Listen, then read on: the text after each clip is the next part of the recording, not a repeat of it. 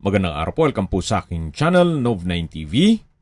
Patalasasan po, meron po ba kayong mga properties na napapabayaan or non-performing assets? Plan nyo ibenta, pero wala kayong oras pagbenta nito. Kung ito'y pagkakatiwala nyo po sa amin, tawag lang po kayo sa aking numero, usap po tayo, gawan ko po ng video for free. Yes, libre po. Wala po kayong babayaran. Tutulungan pa namin kayong mabenta ang inyong property. Kami na po bala sa marketing, sa boosting, pati po sa paid advertisements, even sa tripping. Hindi na po kayo mapapagod sa pag-entertain ng mga buyers. Kami na po bala sa lahat.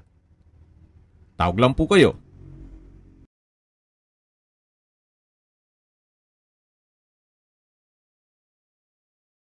Nandito po tayo ngayon sa Alfonso, Cavite kung saan meron po tayong bagong video presentation. Isang farm lot na punong-puno po ng fruit-bearing trees. May lot area po ito na 1.7 hectares. Ito po'y titulado, buhay po ang may-ari kaya wala po kayong maging problema sa documentation o sa transfer ng title. Mula po Barangay Road, meron pong 4 meters na right-of-way. Konkreto na po yan hanggang dun sa property. May access na rin po dito ng tubig, kuryente at internet provider. Gawa ng marami na rin pong mga rest house, resort at residential houses. Ito po'y nasa mataas sa lugar. Ang estimated elevation above sea level ay 1,357.3 feet. Kaya napakatahimik po ng lugar, sariwa ang hangin, at malamig po ang klima.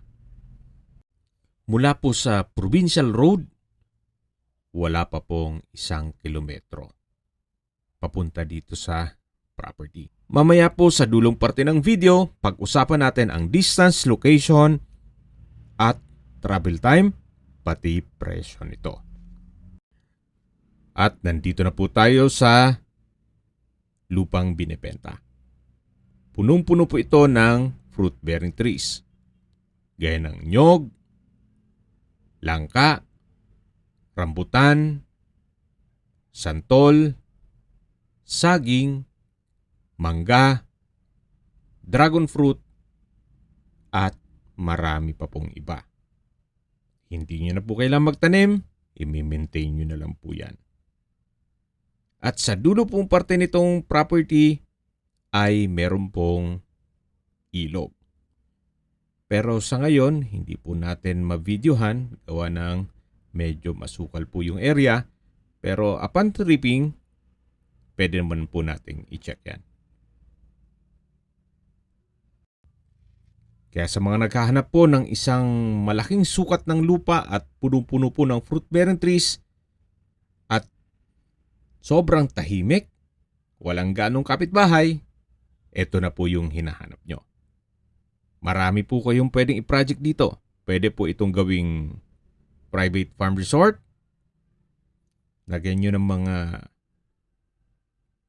villas at swimming pool para ito'y maging income generating.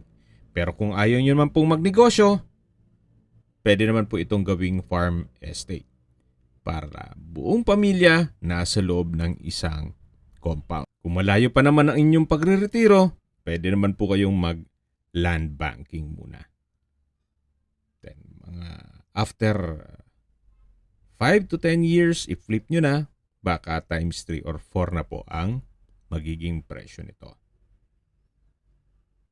Maisingit ko lang po yung reason for selling. Well, senior citizen na si owner. Hindi niya na kailangang i-maintain itong ganitong kalaking property. Although, from time to time nandito siya para paikot-ikot at check yung mga tanim niya. Pero sa ngayon, kailangan niyang i-let go na ito.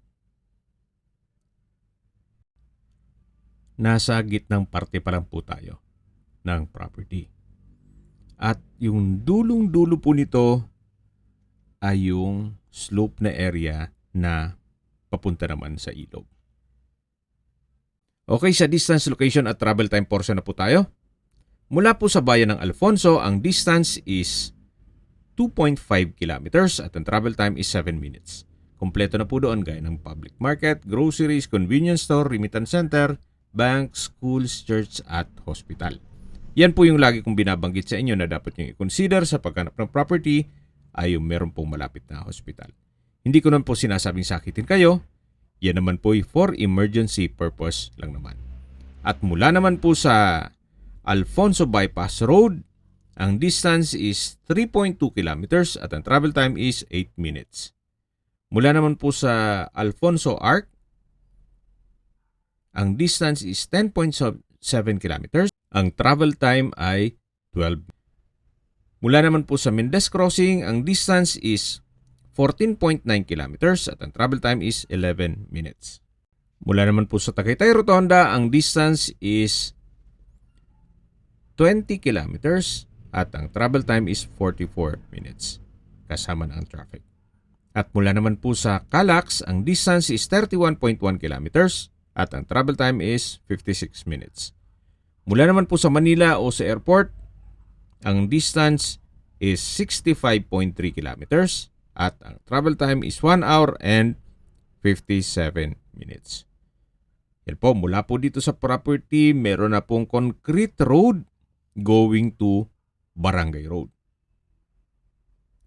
Okay, sa presyo na po tayo. Binebenta po ito ni owner sa halagang 3,800 pesos per square meter. Kung interesaduhan po kayo o may mga katanungan po o gusto magpaset ng tripping, tawag lang po kayo sa aking numero. At sa mga kababayan naman natin na sa ibang bansa, meron po akong WhatsApp, Viber, Telegram at Signal. Same number lang po, 0917-316-3399.